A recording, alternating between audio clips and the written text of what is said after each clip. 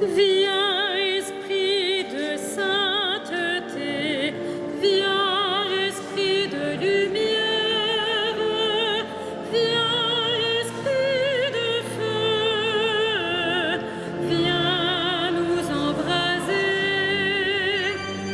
Viens, esprit de sainteté, viens, esprit de lumière, viens, esprit de feu,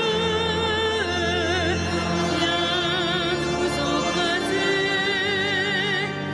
Viens, esprit du Père, sois la lumière, fais jaillir des cieux ta splendeur de gloire.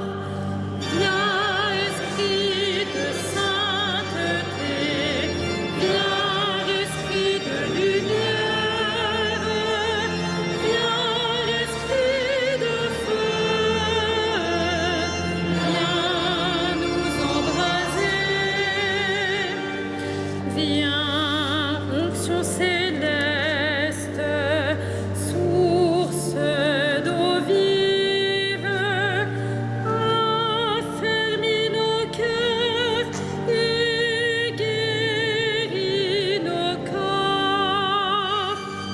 Viens, esprit de sainteté, viens, esprit de lumière, viens, esprit de feu, viens nous embraser. Esprit d'allégresse, joie de l'Église, fais jaillir des cœurs le chant de l'agneau. Viens, esprit de sainteté, viens, esprit de lumière, viens, esprit de feu, viens nous embraser.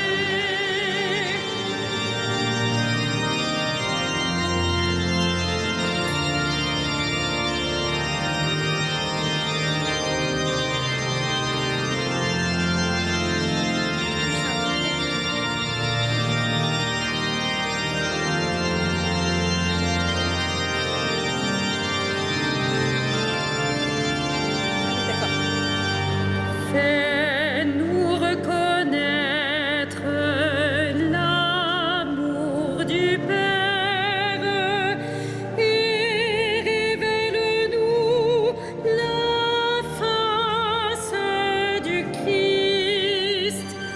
Viens, esprit de sainteté, viens, esprit de lumière, viens, esprit de feu, viens nous embraser. Feu qui illumine, louffle de vie, par toi resplendit la croix du Seigneur. Viens, esprit de sainteté, viens, esprit de lumière, viens, esprit de feu, viens nous embraser.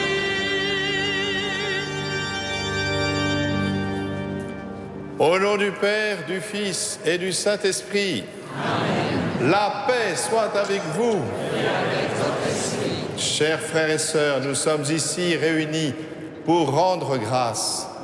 Rendre grâce pour le Collège des Bernardins, pour l'audace qu'il a fallu pour concevoir ce projet et surtout pour la réalisation et pour les fruits qu'il porte aujourd'hui et son rayonnement. L'occasion aussi de dire merci à tous ceux qui ont participé à son édification. Bien sûr, nous pensons tout d'abord à l'Esprit Saint, puisque l'Esprit Saint, c'est lui qui nous a inspiré cette œuvre et c'est lui qui la réalise. Voilà pourquoi nous prendrons aujourd'hui dans nos oraisons, comme nous l'avons entendu dans nos chants d'entrée, nous prendrons la messe votive à l'Esprit Saint. Nous pensons évidemment tout spécialement au cardinal Lustiger qui a eu cette intuition, mais aussi et surtout l'audace de la mettre en œuvre et de la réaliser avec tous les collaborateurs qui sont ici, présents aussi, pour rendre grâce et pour remercier le Seigneur de nous avoir permis de le réaliser aujourd'hui et de pouvoir le continuer dans l'avenir pour qu'il rayonne dans ce monde qui attend une parole de la part de ceux qui ont reçu le message du Christ.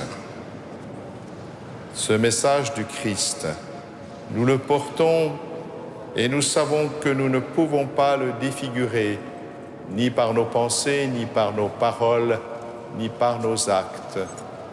Et si quelquefois il nous est arrivé de ne pas savoir le donner comme il s'est lui-même donné à nous, nous en demandons pardon au Seigneur et ensemble, nous nous reconnaissons pécheurs. Je confesse à Dieu Tout-Puissant, je reconnais devant mes frères que j'ai péché en pensée, en parole, par action et par omission. Oui, j'ai vraiment péché. C'est pourquoi je supplie la Vierge Marie, les anges et tous les saints, et vous aussi, mes frères, de prier pour moi, le Seigneur notre Dieu.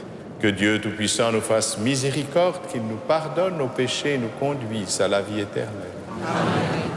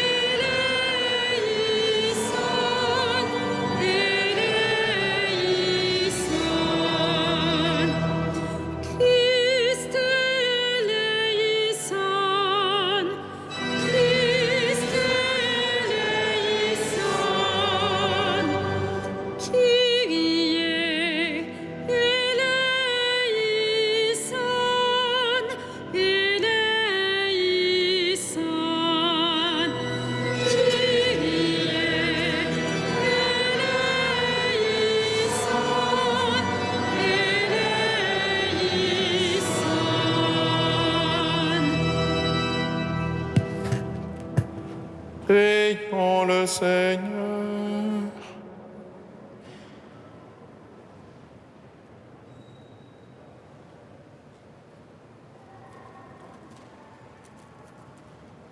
Que l'Esprit de vérité qui vient d'auprès de toi, Dieu très saint, illumine nos esprits et qu'il nous mène à la vérité tout entière, comme ton Fils en a fait la promesse, lui qui vit et règne avec toi dans l'unité du Saint-Esprit, maintenant et pour les siècles des siècles. Amen.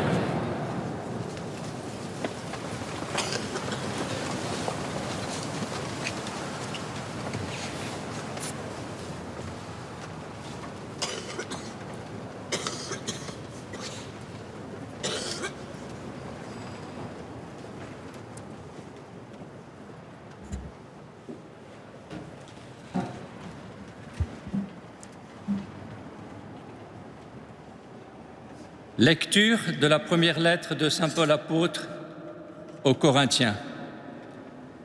Frères, que l'on nous regarde donc comme des auxiliaires du Christ et des intendants des mystères de Dieu. Or, tout ce que l'on demande aux intendants, c'est d'être trouvés dignes de confiance. Pour ma part, je me soucie fort peu d'être soumis à votre jugement ou à celui d'une autorité humaine. D'ailleurs, je ne me juge même pas moi-même. Ma conscience ne me reproche rien. Mais ce n'est pas pour cela que je suis juste. Celui qui me soumet au jugement, c'est le Seigneur. Ainsi, ne portez pas de jugement prématuré, mais attendez la venue du Seigneur, car il mettra en lumière ce qui est caché dans les ténèbres et il rendra manifestes les intentions des cœurs. Alors, la louange qui revient à chacun lui sera donnée par Dieu. Parole du Seigneur.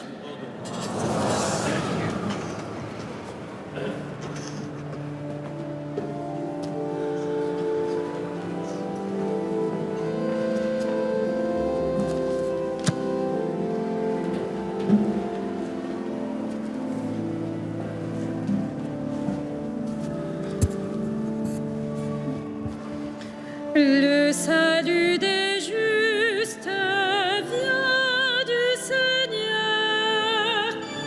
Le salut des justes vient du Seigneur. Fais confiance au Seigneur, agis bien, habite la terre et reste fidèle. Mets ta joie dans le Seigneur, il comblera les désirs de ton cœur. Le salut des justes vient du Seigneur. Dirige ton chemin vers le Seigneur, fais-lui confiance et lui, il agira.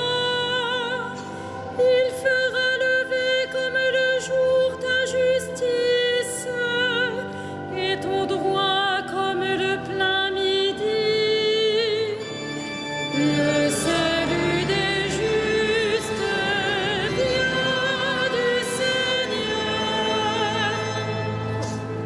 Évite le mal, fais ce qui est bien, et tu auras une habitation pour toujours. Car le Seigneur aime le bon droit, il n'abandonne pas ses amis. Le salut des justes vient du Seigneur. Le Seigneur est le salut pour les justes, leur abri au temps de la détresse. Le Seigneur les aide et les délivre, car ils cherchent en lui leur refuge. Le salut des justes vient du Seigneur.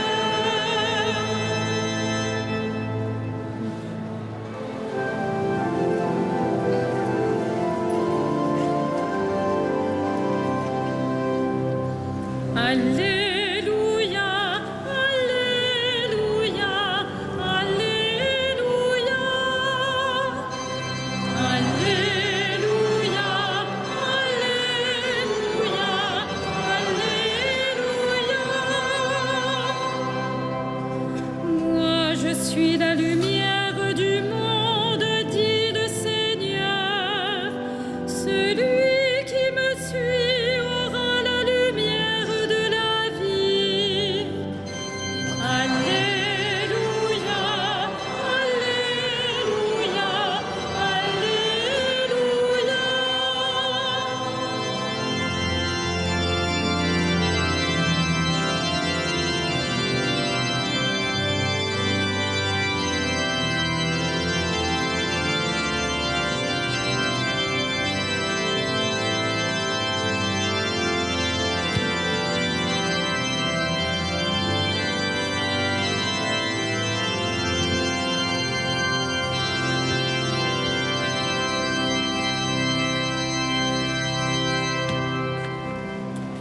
Le Seigneur soit avec vous. Et avec votre esprit, Évangile de Jésus-Christ selon saint Luc.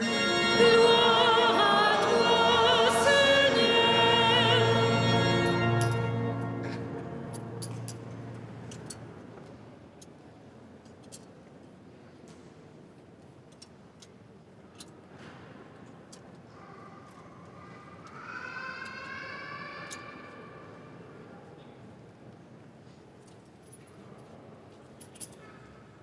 En ce temps-là, Les pharisiens et les scribes dirent à Jésus, « Les disciples de Jean-Baptiste jeûnent souvent et font des prières, de même ceux des pharisiens.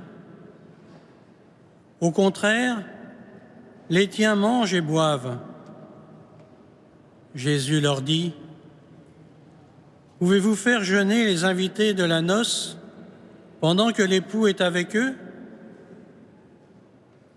Mais des jours viendront où l'époux leur sera enlevé. Alors, en ces jours-là, ils jeûneront. » Il leur dit aussi cette parabole. Personne ne déchire un morceau à un vêtement neuf pour le coudre sur un vieux vêtement. Autrement, on aura déchiré le neuf et le morceau qui vient du neuf ne s'accordera pas avec le vieux. Et personne ne met du vin nouveau dans de vieilles outres. Autrement, le vin nouveau fera éclater les outres, il se répandra et les outres seront perdues. Mais on doit mettre le vin nouveau dans des outres neuves. Jamais celui qui a bu du vin vieux ne désire du vin nouveau, car il est dit, c'est le vieux qui est bon.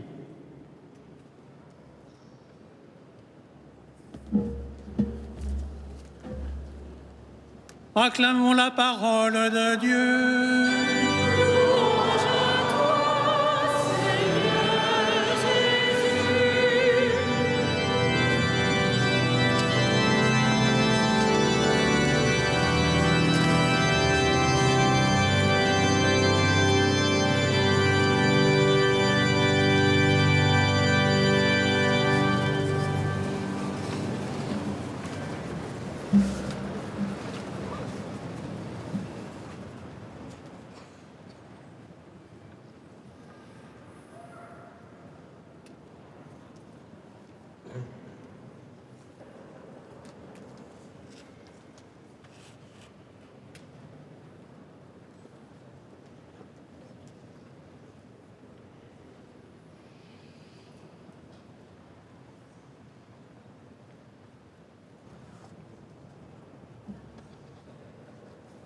Voici donc que la Providence, qui se sert aussi de notre liturgie, nous donne un texte bien étonnant pour fêter les 10 ans des Bernardins.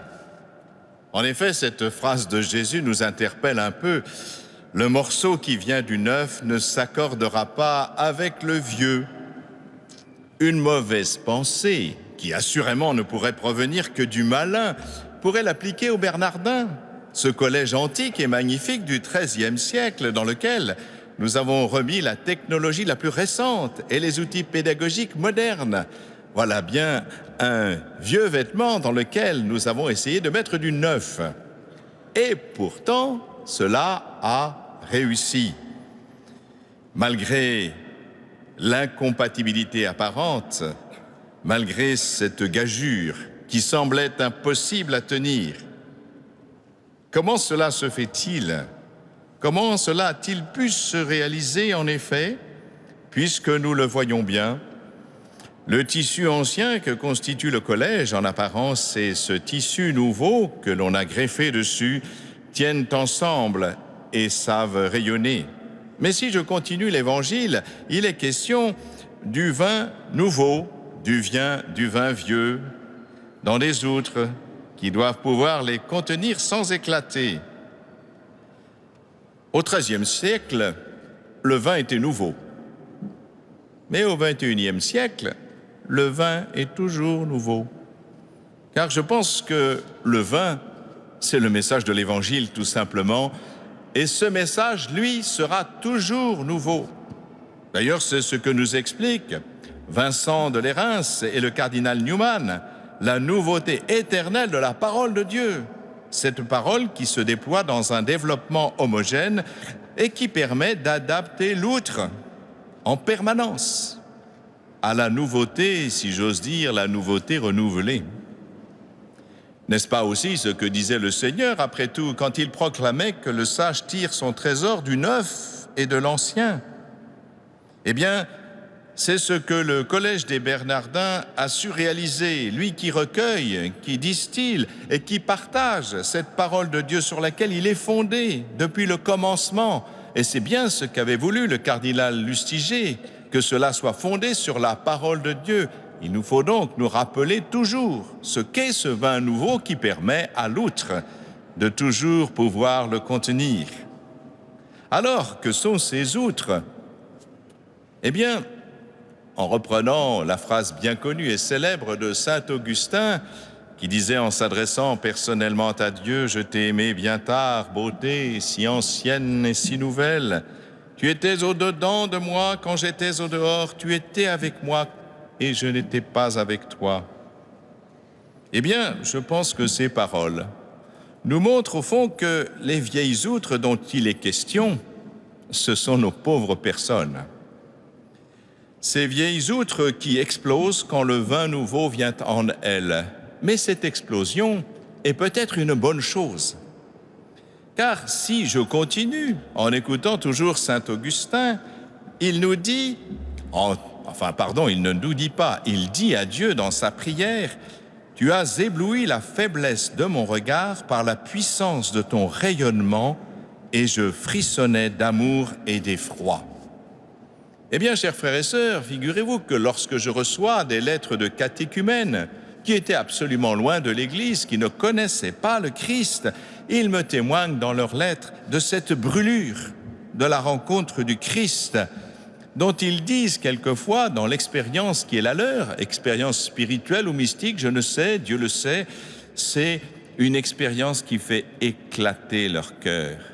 Alors, si le vin nouveau fait éclater les vieilles outres que nous sommes, peut-être n'est-ce pas aussi négatif qu'on pourrait le croire?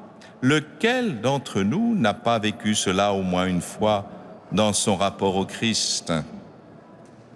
Mais notre expérience aussi nous montre que cette force éblouissante dont parle saint Augustin, il est difficile de la garder par devers soi sans renouveler totalement l'outre que nous sommes.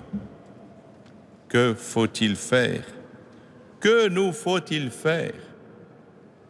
Eh bien, saint Paul l'a dit quand il écrit aux Corinthiens, nous l'avons entendu tout à l'heure, il faut être digne de confiance. C'est vrai que, en ces temps troublés, clercs et laïcs doivent se regarder dans le visage du Christ. N'est-ce pas ce que le pape nous demande quand il adresse sa lettre au peuple de Dieu?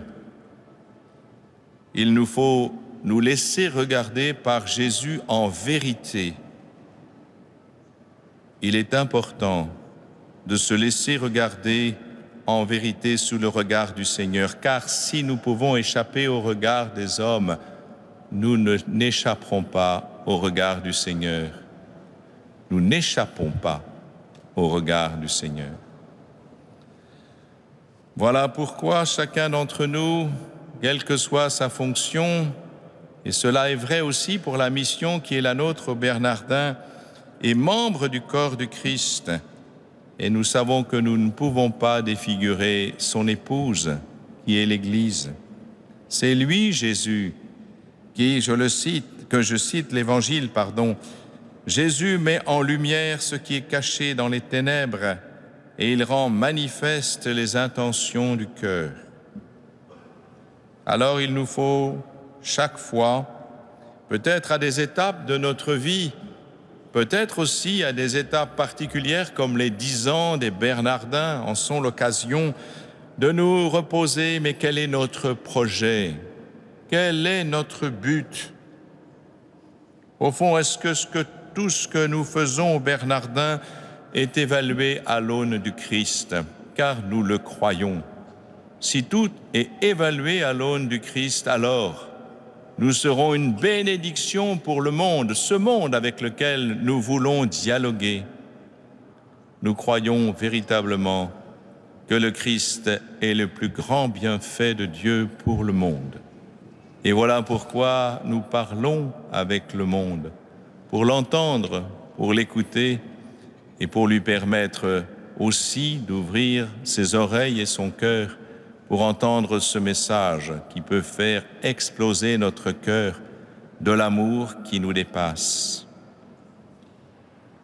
Je crois que cela demande, comme le dit le Seigneur lui-même, de passer par la mort pour entrer dans la vie comme lui-même le fit, jadis par sa passion et par sa résurrection.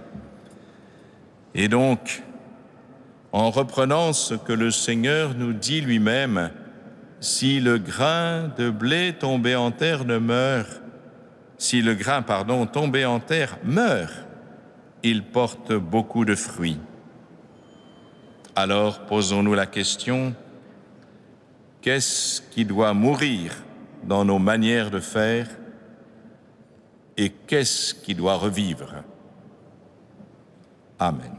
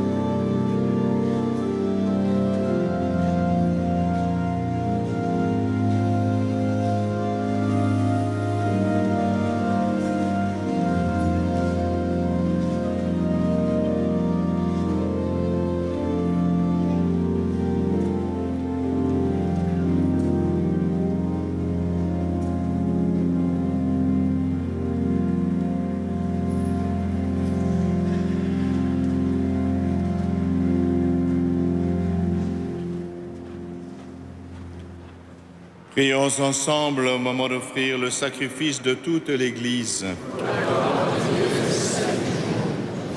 Regarde, Seigneur, l'offrande spirituelle que tes serviteurs te présentent avec amour. Inspire-leur de le faire en toute droiture, pour que leur foi donne du fruit à ce qu'ils t'offrent et que leur humilité puisse toucher ton cœur par Jésus, le Christ, notre Seigneur. Amen. Le Seigneur soit avec vous. Élevons notre cœur. Rendons grâce au Seigneur notre Dieu.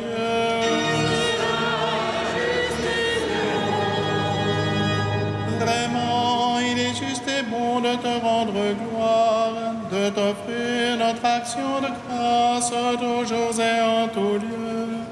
À toi, Père très saint, Dieu éternel et tout-puissant, toi qui sais ce qu'il faut à chacun et le lui donnes à chaque moment, tu veilles sur ton Église, tu orientes sa marche.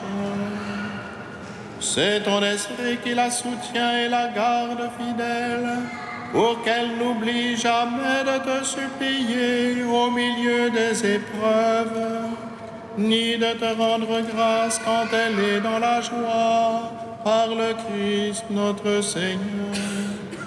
C'est par lui que la terre et le ciel, avec les anges et les archanges, ne cessent de t'acclamer en chantant.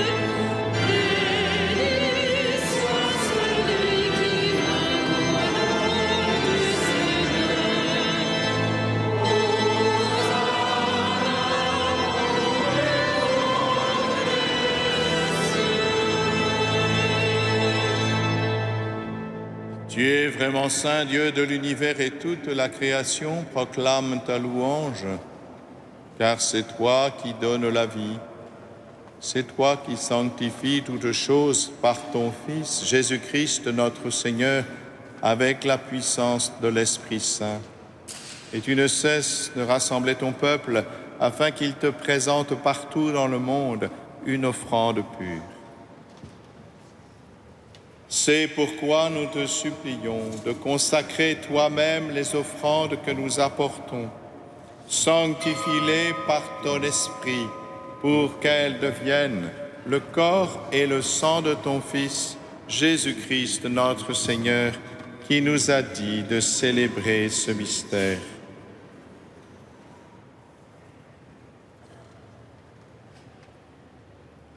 La nuit même où il fut livré, il a pris le pain. En te rendant grâce, il l'a béni, il l'a rempli et le donna à ses disciples en disant: Prenez et mangez-en tous. Ceci est mon corps, livré pour vous.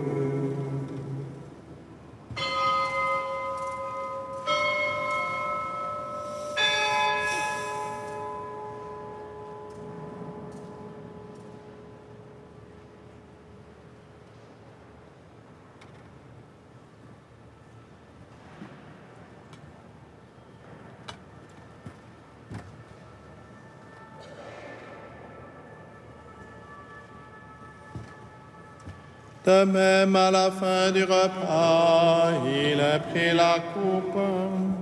En te rendant grâce, il l'a bénie et la donna à ses disciples en disant: Prenez et buvez-en tous, car ceci est la coupe de mon sang, le sang de l'alliance nouvelle éternelle, qui sera versé pour vous et pour la multitude, en rémission des péchés.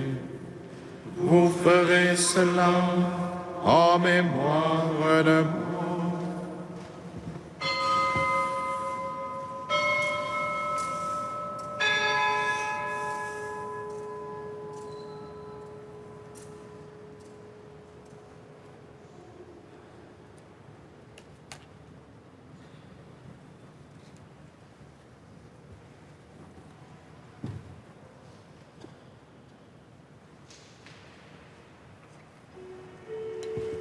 Il est grand le mystère de la foi. Nous proclamons ta mort, Seigneur Jésus. Nous célébrons ta résurrection. Nous attendons ta venue dans la gloire. En faisant mémoire de ton Fils, de sa passion qui nous sauve, de sa glorieuse résurrection et de son ascension dans le ciel, alors que nous attendons son dernier avènement, nous présentons cette offrande vivante et sainte pour te rendre grâce. Regarde, Seigneur, le sacrifice de ton Église et daigne y reconnaître celui de ton Fils qui nous a rétablis dans ton alliance. Quand nous serons nourris de son corps et de son sang, et remplis de l'Esprit Saint, accorde-nous d'être un seul corps et un seul esprit dans le Christ.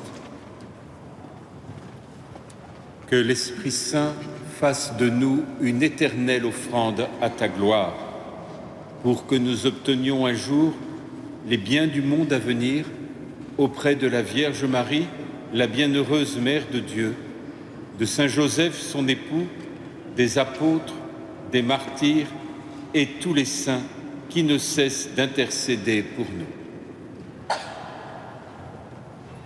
Et maintenant, nous te supplions, Seigneur, par le sacrifice qui nous réconcilie avec toi, étends au monde entier le salut et la paix, affermis la foi et la charité de ton Église au long de son chemin sur la terre, veille sur ton serviteur, le pape François, notre évêque Michel, l'ensemble des évêques, les prêtres, les diacres et tout le peuple des rachetés.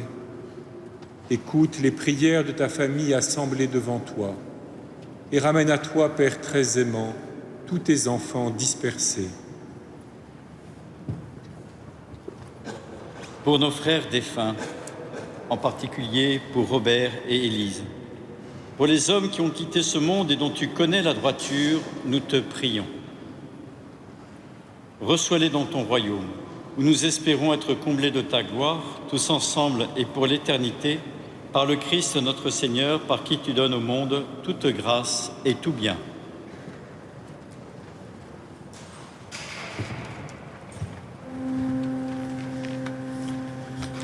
Par lui, avec lui et en lui. À toi, Dieu le Père Tout-Puissant, dans l'unité du Saint-Esprit.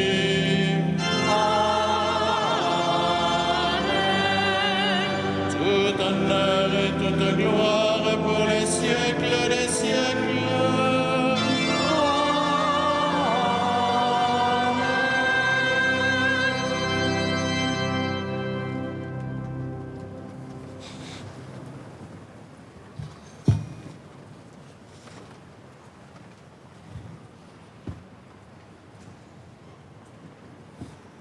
Unis dans le même esprit, nous pouvons dire avec confiance la prière que nous avons reçue de notre Sauveur. Notre Père, qui es aux cieux, que ton nom soit sanctifié, que ton règne vienne, que ta volonté soit faite sur la terre. Donne-nous aujourd'hui notre pain de ce jour. Pardonne-nous nos offenses, comme nous pardonnons aussi à ceux qui nous ont offensés.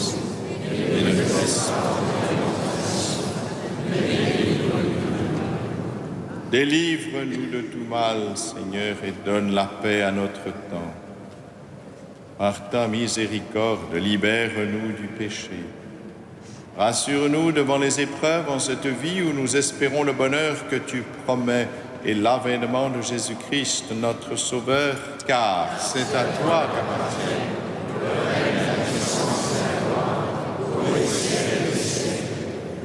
Seigneur Jésus-Christ, tu as dit à tes apôtres, je vous laisse la paix, je vous donne ma paix. Ne regarde pas nos péchés, mais la foi de ton Église. Pour que ta volonté s'accomplisse, donne-lui toujours cette paix et conduis-la vers l'unité parfaite, toi qui règnes pour les siècles des siècles. Amen. Que la paix du Seigneur soit toujours avec vous.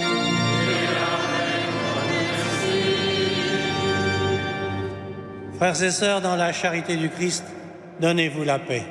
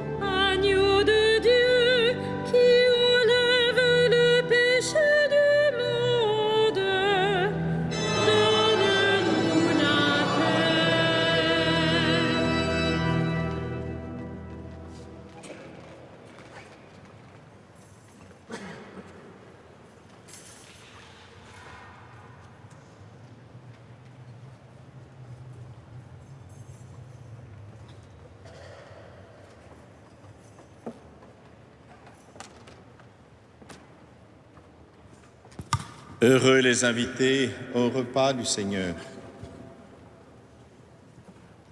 Voici l'agneau de Dieu qui enlève le péché du monde. Seigneur, je ne suis pas digne, mais dis Jésus.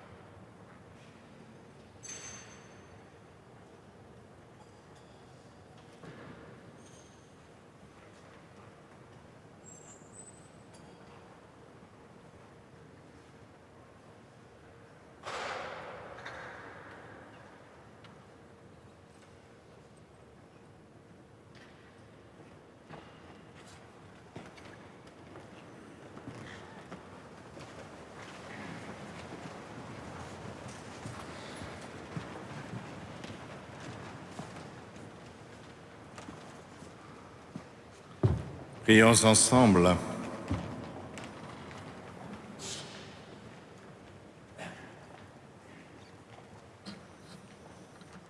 Que ton Esprit Saint, Seigneur notre Dieu, pénètre nos cœurs et les purifie, en les imprégnant comme une rosée qui les rende fertiles et généreux par Jésus le Christ, notre Seigneur. Voilà, chers frères et sœurs, merci d'avoir participé à cette messe d'action de grâce pour les 10 ans des Bernardins. Nous allons avoir l'occasion dans quelques instants de nous retrouver justement au collège pour nous retrouver bien sûr, mais pour aussi rappeler tout ce qui s'est passé, remercier tous les acteurs. Je ne peux pas tous évidemment les citer ici à Notre-Dame, mais en revanche, je me dois quand même de remercier celui qui, dès le commencement, fut président du collège, Monseigneur Beau. Monseigneur Beau, qui ne participe pas pour la dernière fois ici à notre office, puisque nous allons avoir la chance de le revoir dimanche pour lui dire au revoir, parce que j'espère bien qu'il va revenir souvent à Paris. Et puis bien sûr aussi, nous dirons au revoir à Monseigneur Éric Aumônier dimanche soir. Donc déjà que notre... Éric, j'ai dit quoi? Ah ben oui, ça m'arrive de me tromper. Vous savez, Éric Aumônier a été mon supérieur en propédeutique au séminaire et mon vicaire général, donc il a beaucoup imprégné ma mémoire. Mais Monseigneur Éric aussi, qui m'a accompagné très longtemps et je m'en réjouis de son amitié. Voilà, donc c'est dimanche soir, bien sûr, où nous aurons l'occasion de les remercier tous les deux, mais qu'ils soient remerciés d'ores et déjà pour ce qu'ils ont fait aussi aux Bernardins. Le Seigneur soit avec vous et que Dieu Tout-Puissant vous bénisse, le Père, le Fils et le Saint-Esprit. Frères et sœurs, allez dans la paix et dans la joie du Christ.